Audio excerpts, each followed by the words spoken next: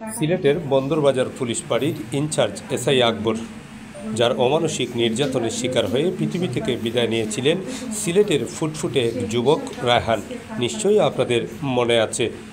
সিলেটের বহুল আলোচিত এই হত্যাকাণ্ডের মূল আসামি এসআই আকবরের জামিন হয়েছে, তবে আবার জামিন স্থগিত করা হয়েছে। তবে এসআই আকবর আর দেশে নেই, তিনি পাড়ি জমিয়েছেন ভারতে। রায়হানের মা সিলেটের পুলিশ কমিশনার জনাব রেজাউল করিম সাহেবের সাথে সৌজন্য সাক্ষাৎ করেন এবং তার ছেলের খুনিদের দৃষ্টান্তমূলক শাস্তির দাবি করেন।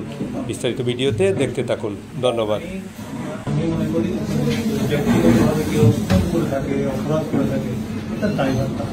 সেক্ষেত্রে অবশ্যই আমরা আইনানুগ ব্যবস্থায় ক্ষেত্রে কাল লোক পুলিশ না পাবলিক সেটা বিষয় নয়, আমরা অবশ্যই এটা যাচাই বাছাই করে